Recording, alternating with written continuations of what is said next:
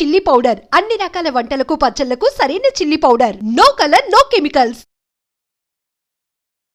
నమస్తే, welcome back to IT media. నేను మీ ఝాన్సీ. ఈరోజు ప్రస్తుతం మనతో ఉన్న guest as a professional doctor. కానీ అని చెప్పే ఫిలాసఫీస్ వింటే ఇది కద్దరా మనకు కావాలి అనిపిస్తుంది. సో మాట్లాడదామా? సో డాక్టర్ హరీష్ తెనేటి గారు ఉన్నారు, ఓరల్ అండ్ మ్యాక్స్లో ఫేషియల్ సర్జర్. ఈరోజు ఒక మంచి కాన్సెప్ట్ తెలుసుకుందాం, స్కిప్ చేయకుండా చూడండి. నమస్తే సార్. నమస్తే. వన్ ఆఫ్ మై ఫ్రెండ్, చాలా క్లోజ్ ఫ్రెండ్, భయం ఊరికే భయం. అమ్మ వాళ్ళతో ఏదైనా చెప్పాలన్నా భయం, ఈవెన్ వాళ్ళ తనకన్నా తక్కువ ఒక 6 years చెల్లితోనో తమ్ముడితోనో మాట్లాడాలన్న భయం, తను ఎవరైనా ఏదైనా అంటే తనకి తను ఏం చేయకపోయినా డిఫెండ్ చేసుకోవడానికి భయం. ఓన్లీ ఇది అమ్మాయిలోనే కాదు, అబ్బాయిలో కూడా కొంత ఇన్ఫీరియారిటీస్ ఉంటాయి. పిరికితనం, నాకు ఇది ఒకటి నచ్చింది, ఆ నచ్చిందని ఎదుటి వాళ్ళు కన్వే చేయడానికి పిరికిగా చేస్తూ ఉంటారు.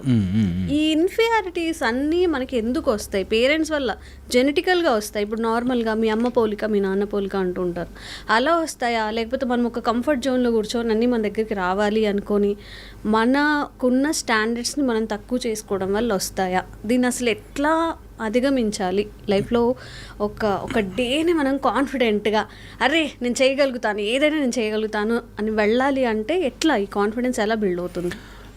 భయము మన మైండ్లో తెలియని ప్లేస్లో ఒక రూమ్ లాగా, మన మైండ్లో చాలా గదులుంటే ఒక గదిలో ఒక దెయ్యం కూర్చున్నట్టు ఆ లోపల ఏదో ఉంది.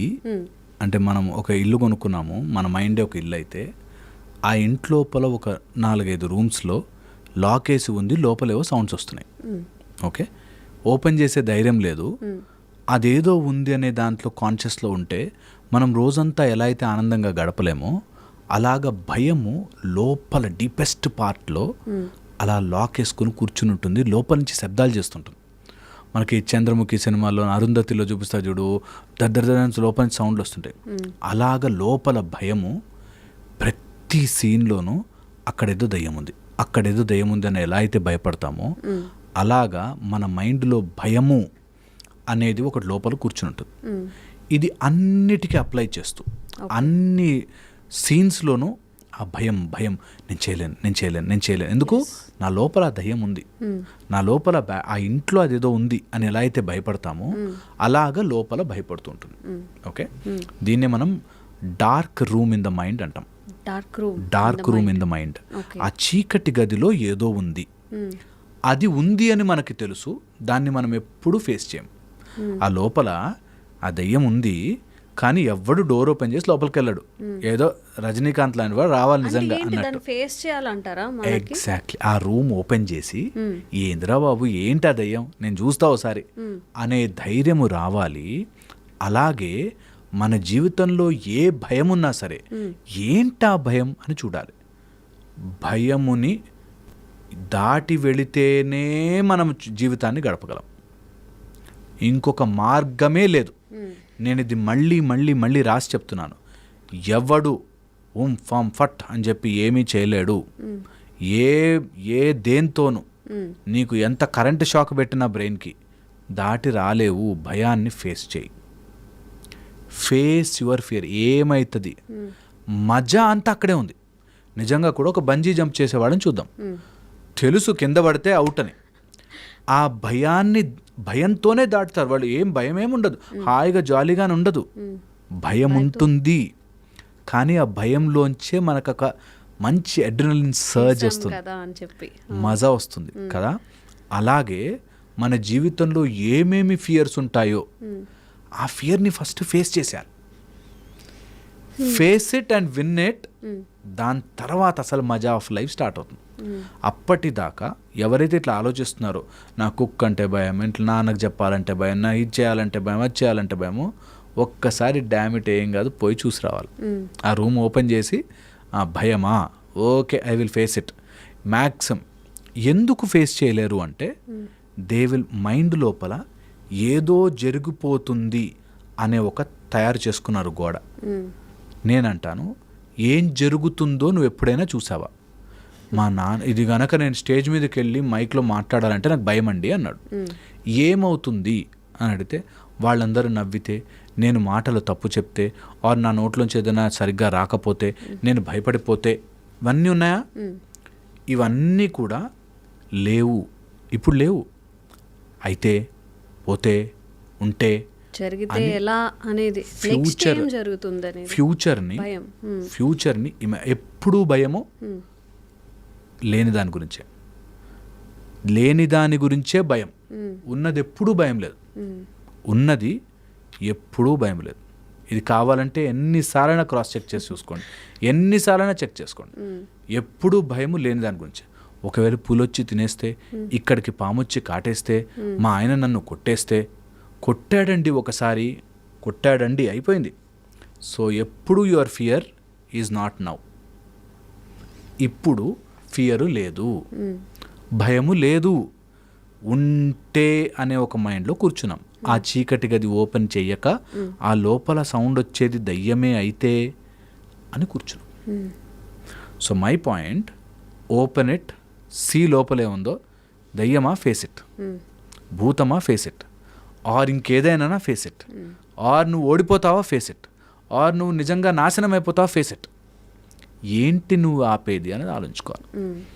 ఇది ఆలోచించుకుంటే దీన్ని అధిగమించడానికి ఒక అస్త్రం, బ్రహ్మాస్త్రం లాంటి ఒక అస్త్రం ఈజ్ అపారమైన నమ్మకం. ఆ నమ్మకం ఏంటి తెలుసా? దేని మీద తెలుసా?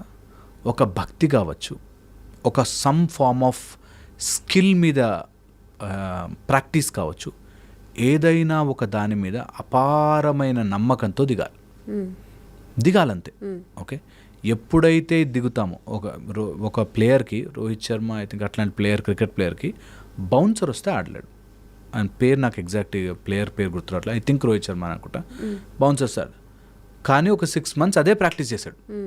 అన్ని బౌన్సర్ పెట్టండి, అన్ని బౌన్సర్లు లేరా బాబు నాకు, ప్రాక్టీస్ ప్రాక్టీస్ ప్రాక్టీస్, అన్ని బౌన్సర్ బాల్లే. దాని తర్వాత బౌన్సర్ బాల్ని కొట్టడంలో స్పెషలిస్ట్ అయ్యాడు.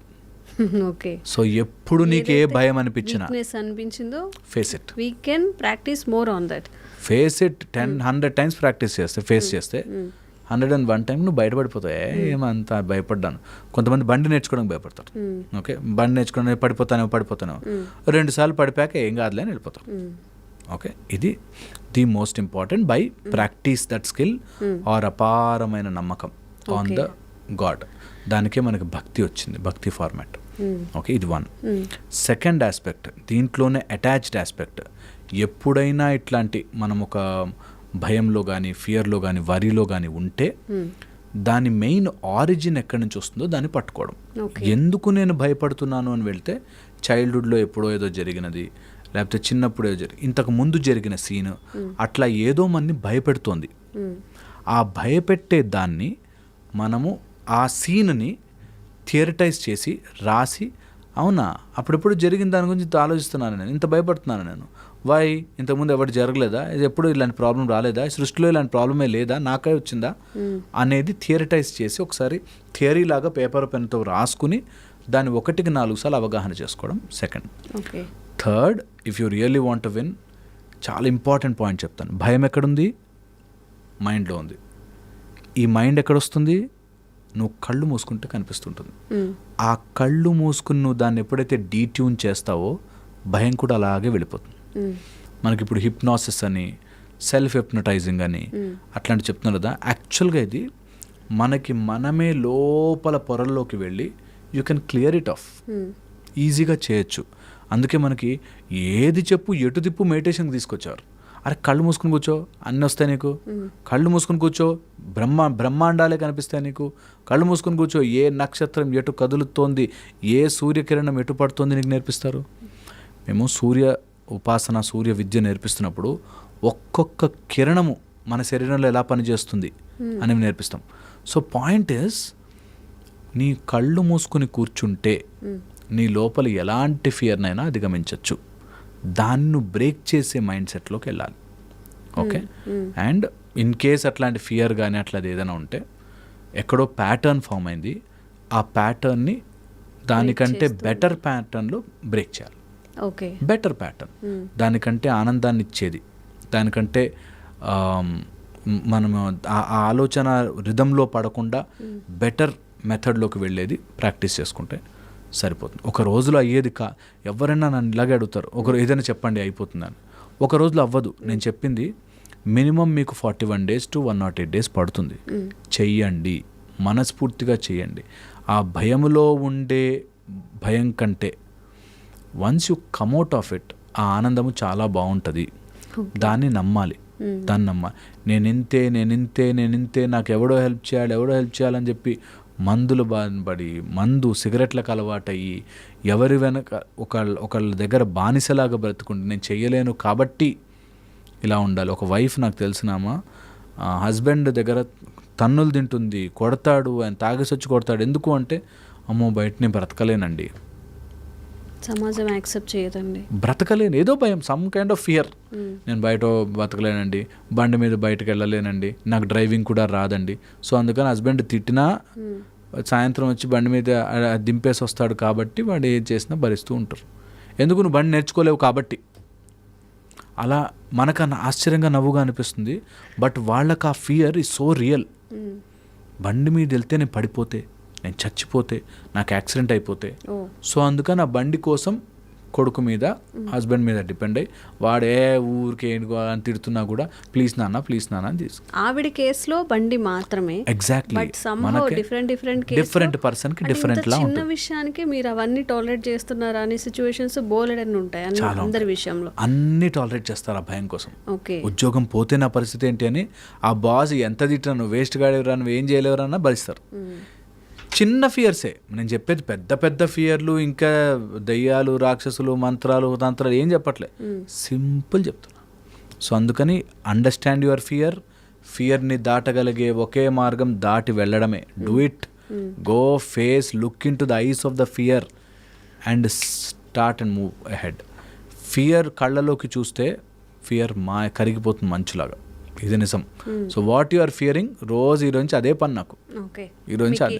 మీకు ఏదైతే భయమో దాన్ని ప్రాక్టీస్ చేస్తూ ఉండండి. అంతే. కొన్నాళ్ళు అయిన తర్వాత అరే మనం దీనికోసం భయపడింది, మనం ఇంకా కాన్ఫిడెంట్ గా ముందుకు ఇప్పుడు లేదు ఫియర్. ఫస్ట్ ఇంపార్టెంట్ ఇప్పుడు లేదు ఫియర్ లేదు, ఫియర్ ఉందేమో అనే ఆలోచన. ఓకే, మాకు మా గురువు గారు చెప్పేవారు ఎప్పుడు, you should be afraid of the fear of the fear. భయం అనే భయానికి భయపడు అని. ఓకే, భయం వస్తుందేమో అనే ఆ భయం ఉంటుంది చూసారా, దానికి అమ్మో అసలు అది రానియద్దు ఎప్పుడు. భయం వస్తుందేమో, అదే జరుగుతుందేమో అనే ఫియర్ని రానివ్వద్దు. దానివల్ల మనం బ్యాక్వర్డ్ వెళ్ళిపోతున్నాం కాబట్టి ధైర్యంగా ఫేస్ చేయాలి ఏది ఉన్నా కానీ. Thank you sir.